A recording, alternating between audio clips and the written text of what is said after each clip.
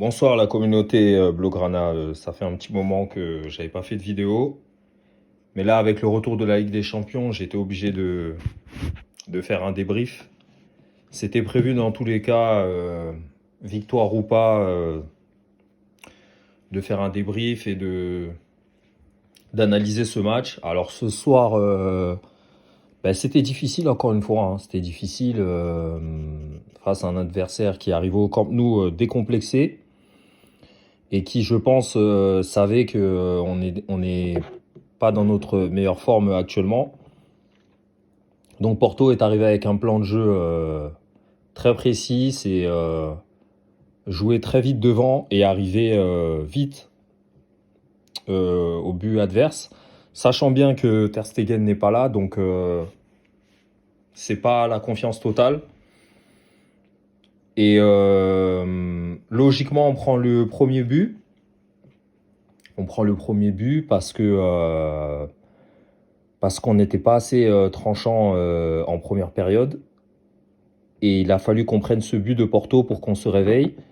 Et c'est là que on a vu quand même qu'on a des grands joueurs dans cette équipe. Malheureusement, on n'en a pas encore à toutes les lignes. On n'en a pas encore à tous les postes. Je reviendrai sur ce point un peu plus tard dans la vidéo. Mais il y en a un qui s'est vraiment distingué ce soir, c'est Joao Cancelo. Joao Cancelo, vraiment incroyable son match. Il a joué comme ailier gauche,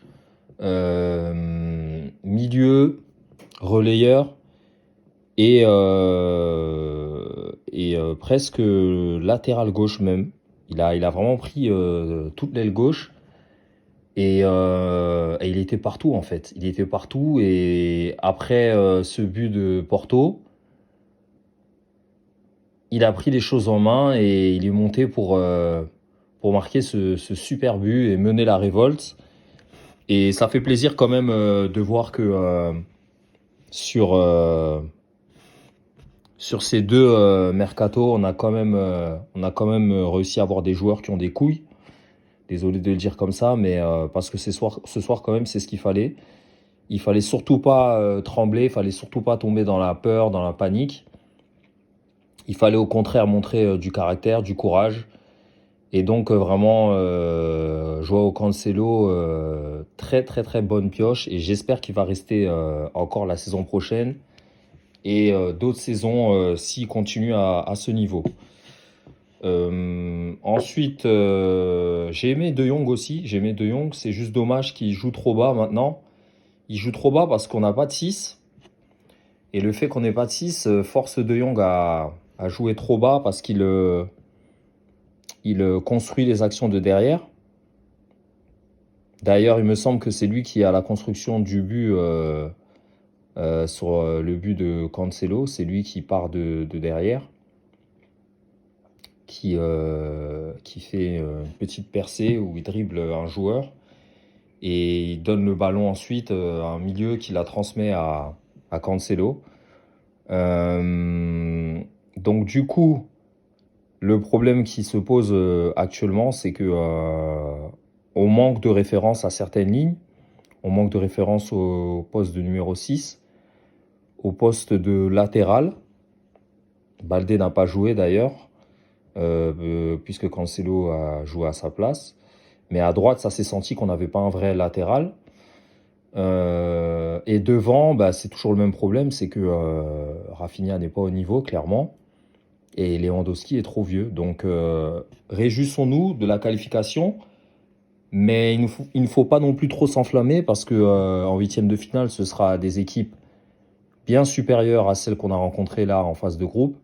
Et là, il va falloir faire beaucoup plus. Il va falloir monter le niveau parce que les occasions que Porto ont eues pendant le match et qu'ils ont raté, je suis pas sûr que nos prochains adversaires nous feront les mêmes cadeaux.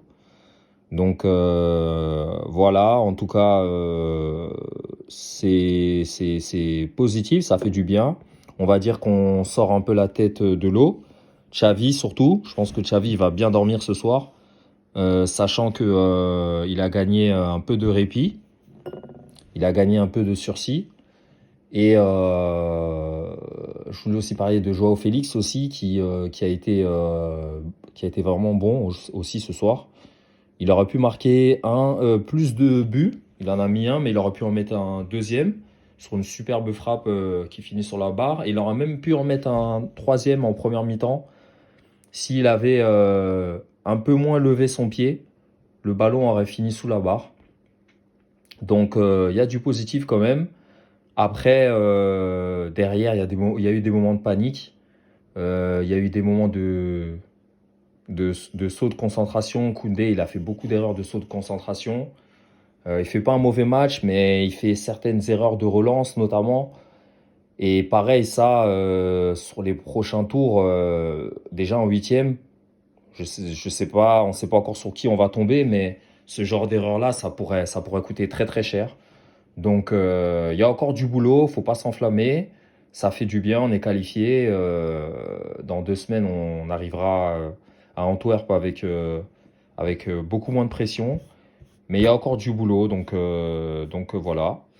N'hésitez pas à me donner vos avis sur ce match. L'homme du match, Joao Cancelo. Joao Cancelo, clairement. Il a été remuant du début à la fin. Il est décisif, il marque. Il fait une passe D incroyable d'ailleurs sur une combinaison avec Joao Félix. Donc c'est clairement l'homme du match pour moi. N'hésitez pas à partager vos avis en commentaire par rapport à ce match. Et je vous dis à très vite. Bonne soirée.